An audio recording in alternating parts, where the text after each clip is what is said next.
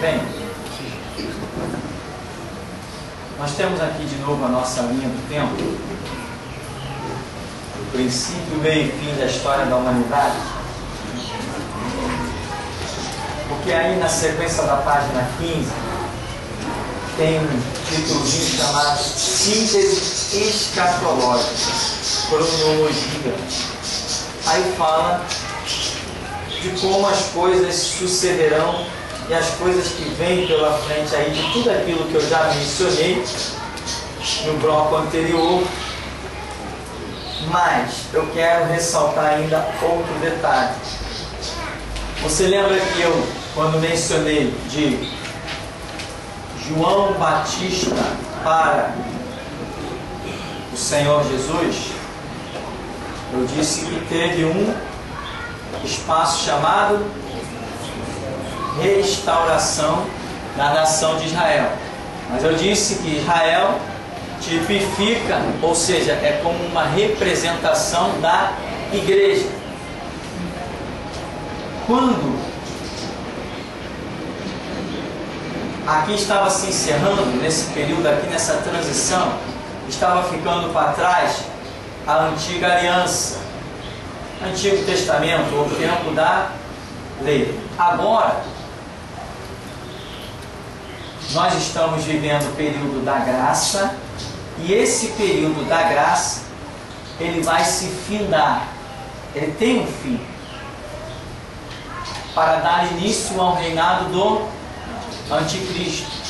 Mas assim como nós vimos aqui uma fusão de uma dispensação que seria implantada na pessoa do Senhor Jesus, com alguém que está pondo fim a uma dispensação antiga, nós vemos dois personagens, um João Batista, outro Jesus, um pondo fim a uma aliança sobre a terra e o outro instituindo um novo período sobre a terra. E nós vemos uma fusão. Exatamente a mesma coisa que aconteceu no cenário da antiga aliança com Israel vai acontecer na nova aliança com a igreja. Ou seja, o tempo da graça que é instituído pela igreja, vai haver, vamos dizer assim, uma igreja, né? Nós já aprendemos a dizer isso, que não é simplesmente uma igreja, mas uma igreja, porque tem a visão do Evangelho. Ela vai estar adentrando ao reinado do Anticristo, e o reinado do Anticristo estará também fazendo uma fusão com esse tempo da graça. A mesma coisa que acontece aqui no cenário de Israel vai acontecer aqui com o cenário da igreja. Essa fusão. E é em meio a esta situação aqui que vai realmente ter fim a era da igreja. Ou seja, nós, igreja, quando o anticristo já estiver reinando, nós adentraremos o reinado dele. A igreja vai ser uma voz poderosa. Quando eu falo igreja, irmão, não olha para esse lixo todo que tem por aí não, tá? É alguém, meu irmão, andando sem sentir o chão debaixo dos seus pés. Não é qualquer um. Se hoje já tem crente se calando por lei em congresso, que dirá no período em que o mão de ferro estiver no poder. Não é qualquer um, não.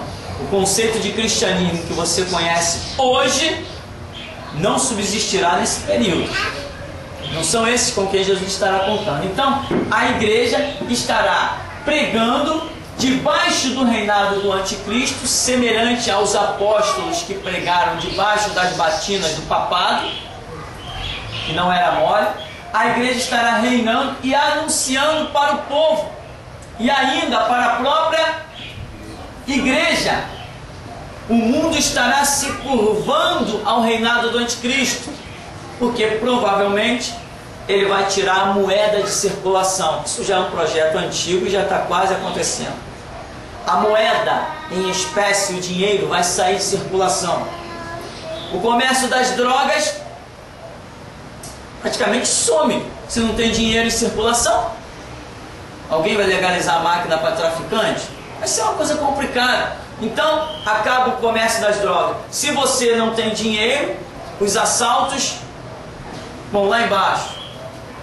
O homem investe e vai investir, já existem projetos e mais projetos, vai investir em saúde, educação, só que é uma educação manipulada. Como sempre foi. Quem determina o currículo dos colégios é o Estado, para já criar o seu filhinho encabrestado de acordo com os propósitos da nação. E é por isso que eles me odeiam, porque eu sei disso e falo isso. Ninguém vai gostar de mim.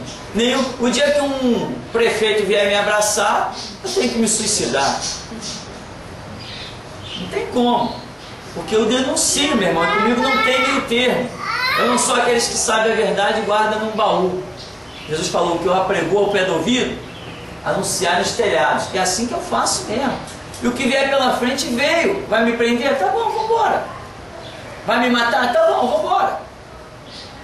Enquanto não chegar a minha hora, eu zombo e escarneço da lei e dos homens e das armas também, seja de polícia ou de traficante. Então vai haver, e a igreja vai estar dentro do reinado do anticristo, dizendo, esse é o homem. Mas o mundo, diante do que o cidadão vai fazer, o mundo estará curvado. Afinal de contas, nessa brincadeira, já foram os batistas, metodistas, presbiterianos e os assembleanos. Já começaram a fazer aliança desde agora. Nesse período vai ter o apóstolo das Assembleias de Deus, vai estar lá de mão dada com um cara com um monte de ferro. Ou não vai? Claro que vai. Ajudou a eleger ele? Ou você pensa que a democracia não elegerá o anticristo? O clamor do povo vai botar o anticristo lá no poder. Que nem Israel. Quem vocês querem que eu solte? Jesus, chamado Cristo? Ou Barrabás? Não, Barrabás. Homicida, assassino, estuprador. É isso que o povo sempre pediu. A democracia elegerá o anticristo. Tem um livro aí que eu ainda não li, não tive tempo de ler, mas está escrito como a democracia elegerá o anticristo, não é isso? É isso. Tem até esse livro. Eu não li, mas pode acreditar. A democracia vai botar o anticristo lá em cima. E se hoje um governo que é tão agradável, é aqui, ó, no Ocidente, o governo democrático. Democrático? Aonde? Se alguém achar por aí, traz para mim. Nunca existiu na face da terra nenhum governo democrático. Liberdade, só a Bíblia garante.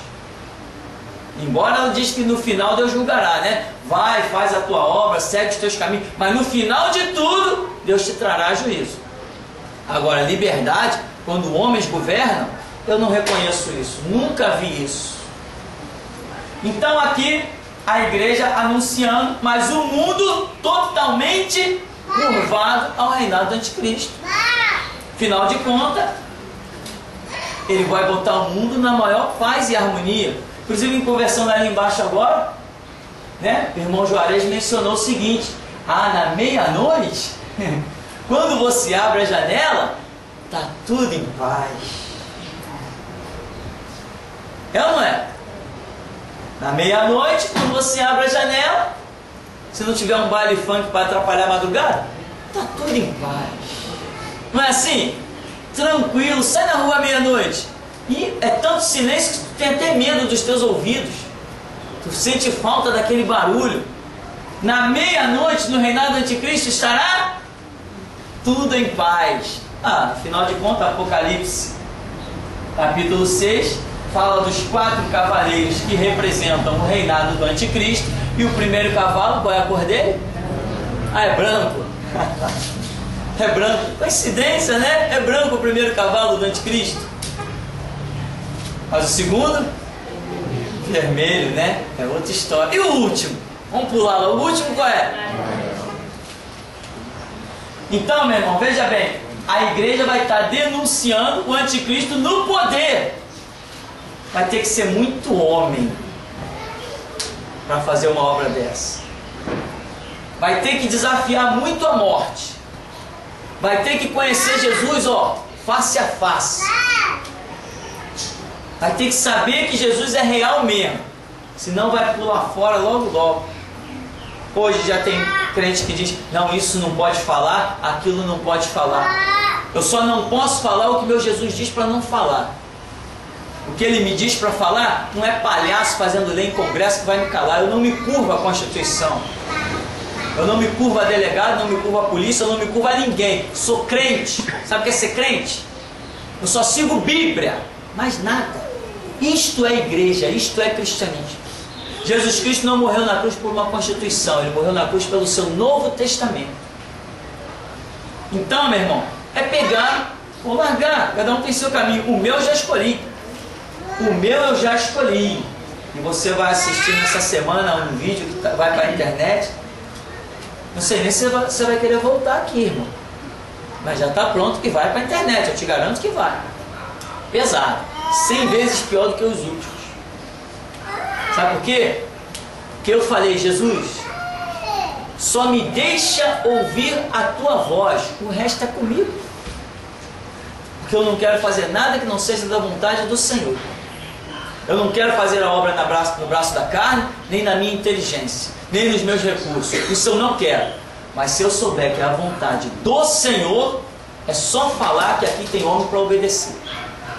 Então, meu irmão, a igreja vai estar pregando, apontando a farsa de um mão de ferro disfarçado num cavalo branco, que é a falsa paz do reinado do anticristo. Logo depois a igreja vai dizer, ó, vem o vermelho, que é a guerra, vem o preto, que é a fome, e vem o amarelo, que é a morte. É isso que o anticristo projeta, porque Jesus disse que ele veio para roubar, matar e destruir. Mas tem gente que não identifica nem Deus nem o diabo. Então vai seguindo o curso da sua vida. E nem um tonto, achando que a vida é um momento. Não tem noção da grandeza do que é um ser humano.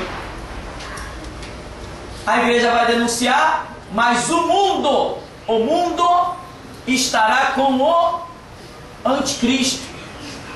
Para você abrir a boca nesse período, meu irmão, nesse laço aqui, dessa transição em que as trevas pulam para cá, a graça tenta pular para lá, você vai ter que ser muito bom.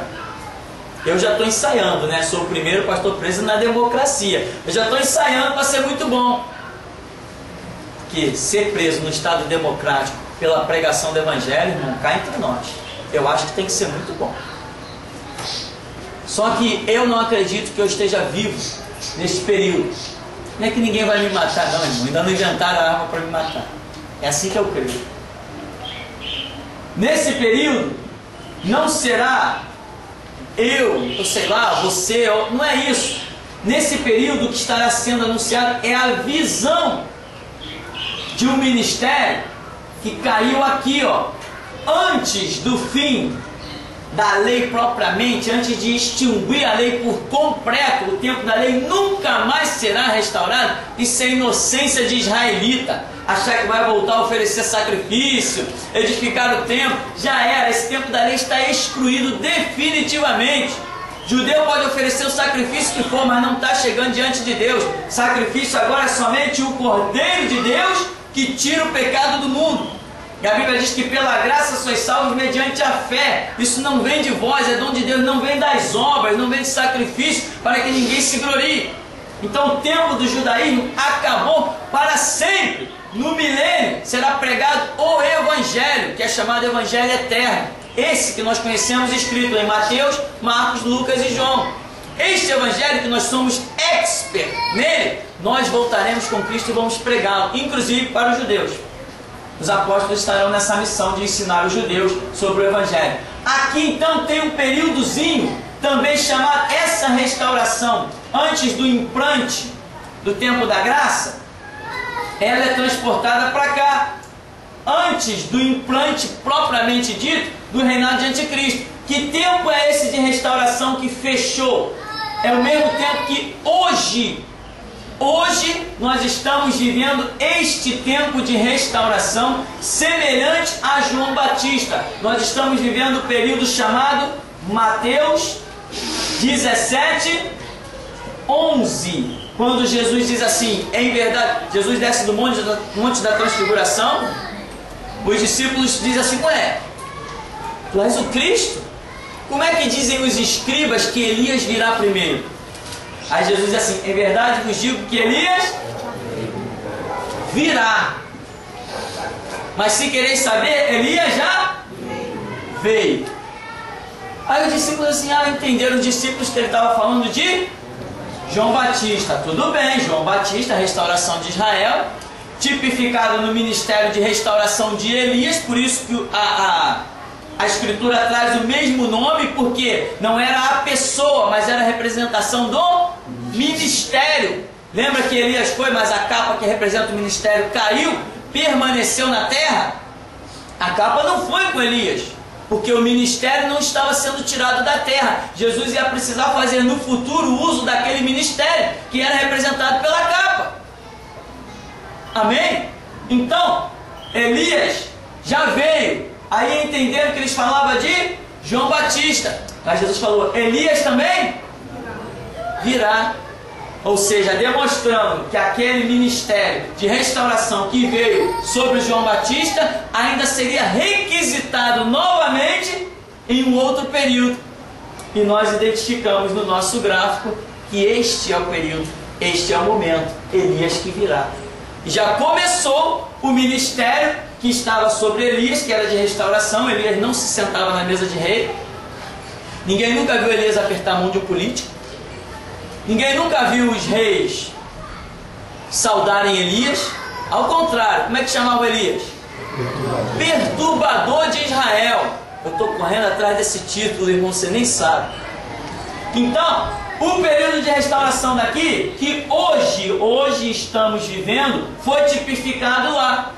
Assim como João Batista, o Elias que veio, encerrou um período, nós, restauração da igreja, encerraremos também um período, o período final. Jesus disse: Elias veio, João Batista, mas Elias virá e restaurará todas as coisas. E essa palavra que me deixou tremendo, ainda bem que ela foi a última a ser revelada. Essa palavrinha só foi revelada, mesmo entendimento, depois dos 18 dias de cadeia que eu levei. Fui preso, irmão, acredite. Então, benditos 18 dias, quando o livro saiu, não sei se aqueles carecas vão conseguir arrancar mais cabelo, não sei não. Então, Elias virá. É o ministério de restauração que seria de novo implantado, representado num monte de história. Caiu da capa de Elias, Eliseu, que depois ninguém menciona. Para onde foi a capa de Eliseu? Sumiu! A capa de Elias que caiu sobre Eliseu, cadê ela? Que menção a Bíblia faz dela? Ela ficou oculta. Ficou oculta. Diferente de outras capas que a Bíblia demonstra o final dela. Mas a capa que representava a restauração ficou oculta, ficou quieta. A Escritura silencia sobre ela. E aquela capa tinha nome. Aquela capa tinha história. Quando Eliseu pegou aquela capa, bateu nas águas do Rio Jordão, foi? Onde está o espírito de Elias? Pum, as águas. Está aí o espírito de Elias, na capa. Então, meu irmão, esse é o período que nós estamos vivendo. A restauração da igreja, semelhante a João Batista, que proclamou a restauração de Israel. Israel deu ouvidos a João Batista? Só um pouquinho, né? Só uma minoriazinha, né? A igreja vai dar ouvidos à voz da restauração? Uma minoriazinha. Não interessa quantos vão baixar ao inferno, nem quantos vão para o céu. Interessa que nós temos que fazer a nossa parte. Temos feito? Temos. E tão bem a ponto de ser preso por 18 dias. Ainda tem julgamento marcado aí. Qual o resultado desse julgamento? É glorioso. Qual será? Não interessa. Interessa que quem manda em tudo é o meu Deus. O que Ele determinou está determinado. E tem mais, eu vou continuar arrebentando. Cada algema me dá mais valentia. Quem sou eu para usar algemas em nome do meu Cristo? Ah, Jesus, já que é assim, então deixa comigo. Gostei do peso delas. Eu já era meio folgado. Agora que eu descobri que Jesus realmente tem poder de abrir as celas, meu irmão, ninguém aguenta comigo mais. Ninguém vai aguentar mais comigo. Essa é a história. A igreja termina aqui com essa proclamação de restauração. Quem lá na parábola das 10 virgens, para nós completarmos isso aqui, a parábola das 10 virgens de Mateus 25 diz que deu meia-noite o reinado do anticristo. O que aconteceu com as igrejas? Dormiram todas. Todas que eram enquadradas numa simples visão de igreja, adormeceram todas. Mas diz que em meio a esse sono aí, na meia-noite, houve-se um grito. O grito é o despertar da restauração. O objetivo do grito era acordar as igrejas. E diz que algumas acordaram, outras não acordaram. Então veja bem, existe um conceito tradicional de igreja. Ele vai adormecer. Mas quem está enxergando um Deus além das fronteiras de igreja, não será igreja, será o grito. Irmão, não é brincadeira não.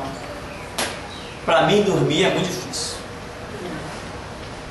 Para mim dormir é muito difícil. Te confesso, irmão, é muito difícil de eu dormir. E aqueles que realmente forem acordados nesse ministério não vão dormir. A nossa visão bíblica, ela é sobrenatural. Não existe nenhum homem na face da terra que consiga ensinar a Bíblia como eu ensino. Não existe nenhum. Em todo o planeta Terra não existe nenhum homem na Bíblia que receba a graça para ensinar a Bíblia da maneira que eu ensino. Não é que eu saiba a Bíblia, é que eu tenho a graça para ensinar. Eu falo e as pessoas entendem. E isso transtorna. O Espírito Santo me dá cada revelação. Eu gravo vídeos de 5, 6, 7 minutos, jogo na internet. Aqueles 6 minutos tacam fogo no mundo. Porque é um cálice do transtorno sobre a terra. Mas ainda não me disseram, estes que transtornaram o mundo chegaram também até nós. Ainda não me chamaram de perturbador da nação. Então ainda tenho chão para caminhar. O evangelho que pregamos neste lugar não é social. Não pregamos para fazer amigos. Quem quer amigo vai para o parque de diversão, vai para a Assembleia de Deus, vai para os batistas que fazem saída para congresso todo ano, retiro de carnaval. Aqui nós aprendemos a derramar sangue por Jesus Cristo. Nosso trabalho aqui é esse, é formar os futuros mártires que precisarão manchar o solo brasileiro. O meu já está oferecido. Se Jesus quiser contar com o meu, é muita graça, é muita misericórdia. Pastor, gostaria de saber na questão da ressurreição, as pessoas que morreram sem conhecer a palavra de Deus, como será no dia da ressurreição? Estarão, veja bem, dependendo do julgamento de Deus, se foram salvos ou se foram condenados, vai entrar naquele processo que nós falamos. Os salvos, corpo no pó da terra, espírito e alma no paraíso. Os condenados, corpo no pó da terra, espírito e alma no inferno. Essa é a primeira posição. Agora, não conheceu Jesus, foi salvo ou foi condenado? A Bíblia mostra uma salvação clara para quem confessa Jesus Cristo, né? Uma salvação para quem confessa, e mostra uma condenação também muito clara para quem nega. Então, confessar Jesus Cristo garante a salvação. Negar Jesus Cristo garante a condenação. Mas para que eu confesse e eu negue, eu preciso conhecer. Se eu não conheci, como Deus vai julgar? Na sua onisciência não escapa nada. Deus, quando criou o homem, diz que Deus nos fez imagem e semelhança sua. Existe dentro de nós algo chamado atributo moral. Nós não somos imagem e semelhança de Deus em um corpo físico. Em nada físico podemos nos comparar a Deus. Mas esta essência espiritual imaterial, esses atributos morais que quando Deus nos criou já colocou dentro da nossa personalidade, mesmo que ou conhecendo ou não conhecendo Jesus Cristo, Deus terá um critério para nos julgar. Então, mesmo quem não conheceu Jesus, não terá desculpa de dizer: ah, mas eu nunca ouvi falar de ti. Tá bem, mas quando você beliscou o seu amigo lá, você sabia que doía? Ah, sabia. Você gostaria que te beliscassem? Não, então você fez aquilo que você sabia que era mal. Deus tem os seus critérios para cada um. Amém?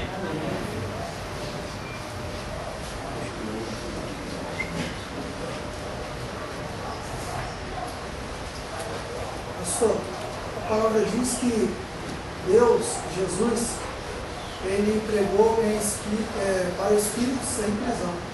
Eu acredito que fecha essa lacuna que a irmã colocou anteriormente. Você concorda? Não, eu não concordo, porque aquilo ali não revela de forma alguma que esses espíritos em prisão tenham sido quem já partiu da terra. Primeiro, que existe um único texto, né, que fala sobre isso, que é o de Pedro ali nas suas cartas. É um único texto isolado, em que Jesus teria pregado para espíritos em prisão. Quando eu estudo aquele texto, pelas referências que a própria Escritura me dá, o rodapé e etc., eu entendo que espíritos em prisão são todos nós que estávamos como espíritos em prisão, em cativeiro, dominados. Aí a Bíblia vem e diz: se pois o Filho vos libertar, verdadeiramente sereis livres. Eu entendo que aquela passagem em espírito em prisão se refere às pessoas que estão vivas sobre a terra.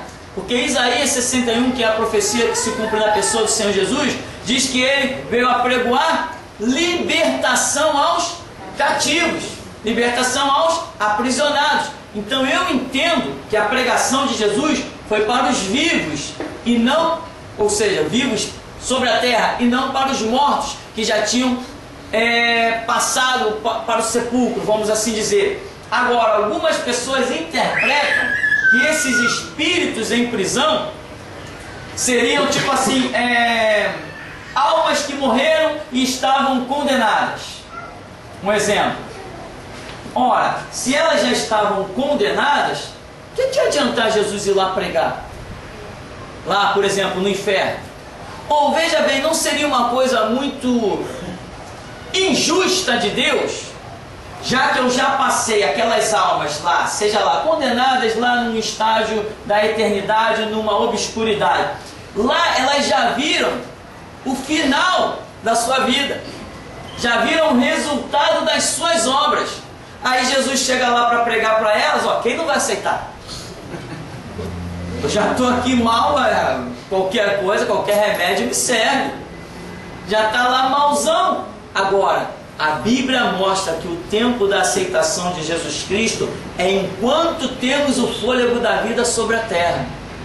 Quem parte já está no campo chamado eternidade, esse não tem mais chance nem de fazer obras por Cristo, mesmo partindo salvo, não acrescenta mais nenhuma obra, não recebe mais nenhum galardão, e se partiu condenado, não tem chance de arrependimento. Então, esse é o entendimento que nós temos aí na Escritura sobre essa passagem que Jesus teria pregado para espíritos em prisão. Ele inclusive menciona semelhante aos tempos de Noé. Ora, semelhante aos tempos de Noé, Noé não pregou para quem tinha morrido. Noé pregou para quem estava sobre a terra, vivo, né? Então, esta é uma visão que nós temos aí. Mas estudos profundos vão revelando coisas e mais coisas. Temos mais alguma pergunta antes de encerrarmos?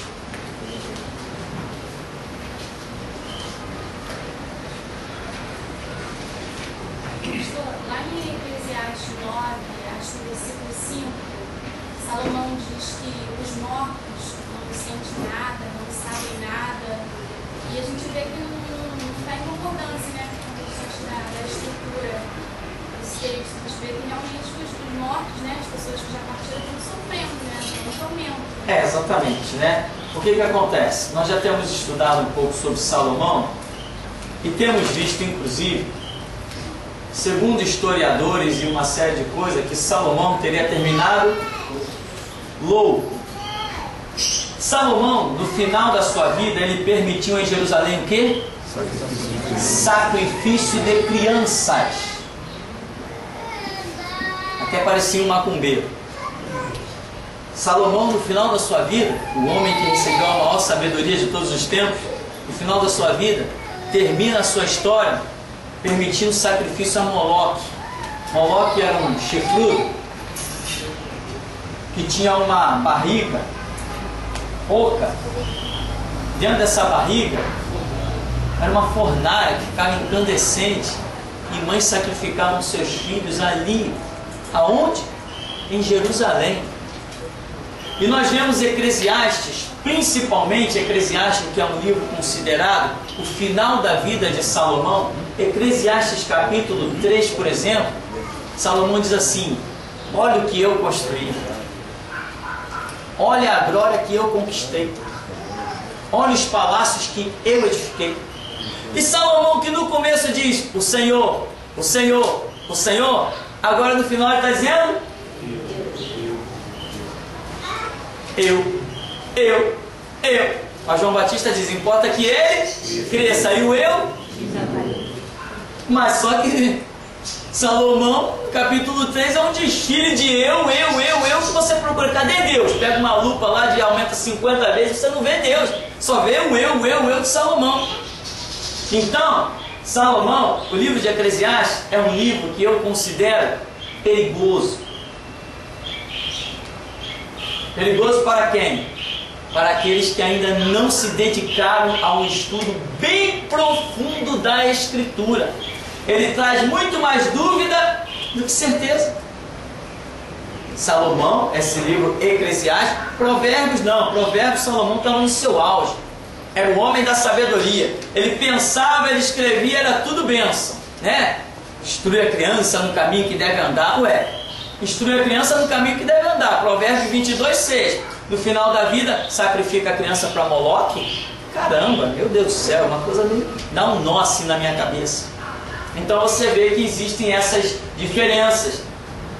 O livro se torna perigoso porque as pessoas não têm um conhecimento mais profundo de história, não conhecem a situação em que Salomão se encontra ali, não analisa o livro e vê o eu de Salomão, não vê o caráter, a personalidade dele nos escritos, né? Inclusive Salomão vai num dos livros lá no capítulo 7 dizer que o corpo volta ao pó e o espírito volta a Deus. Epa!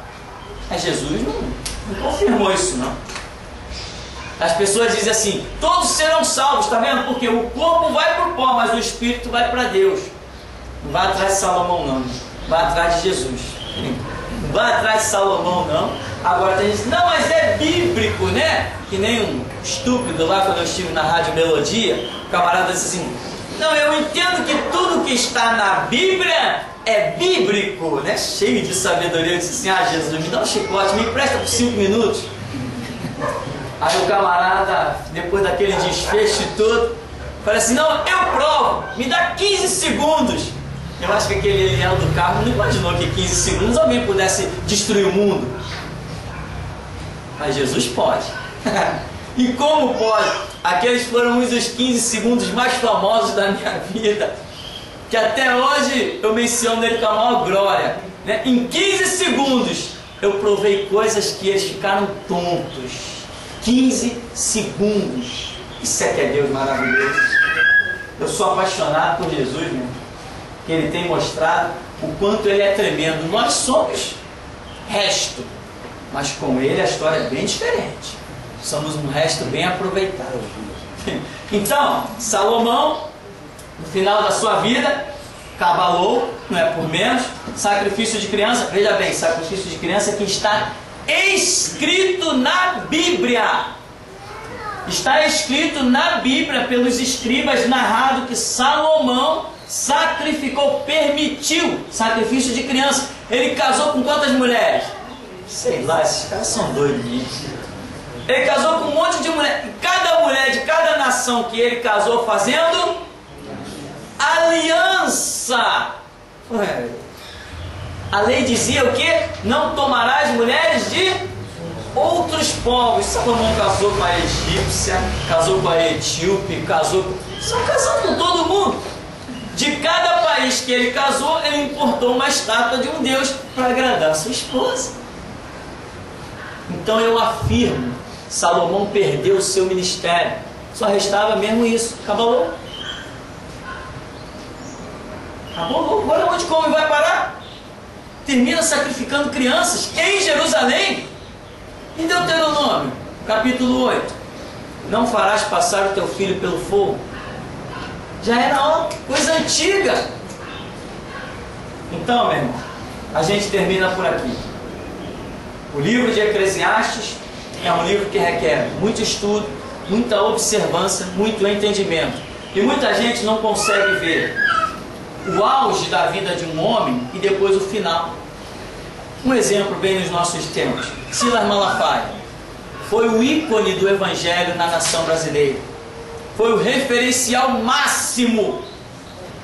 O homem, quando pregava, eu ficava chorando do outro lado. Hoje eu fico me mordendo de raiva. De que hipócrita, leiloeiro do povo de Deus. Então muita gente hoje julga Silas Malafaia pelo que ele foi. E não é mais. O Jesus dele eu piso na cabeça. Escarneço os ombros do Jesus dele. Eu não tenho pacto com aquele Jesus profanado e corrompido de Silas Malafaia.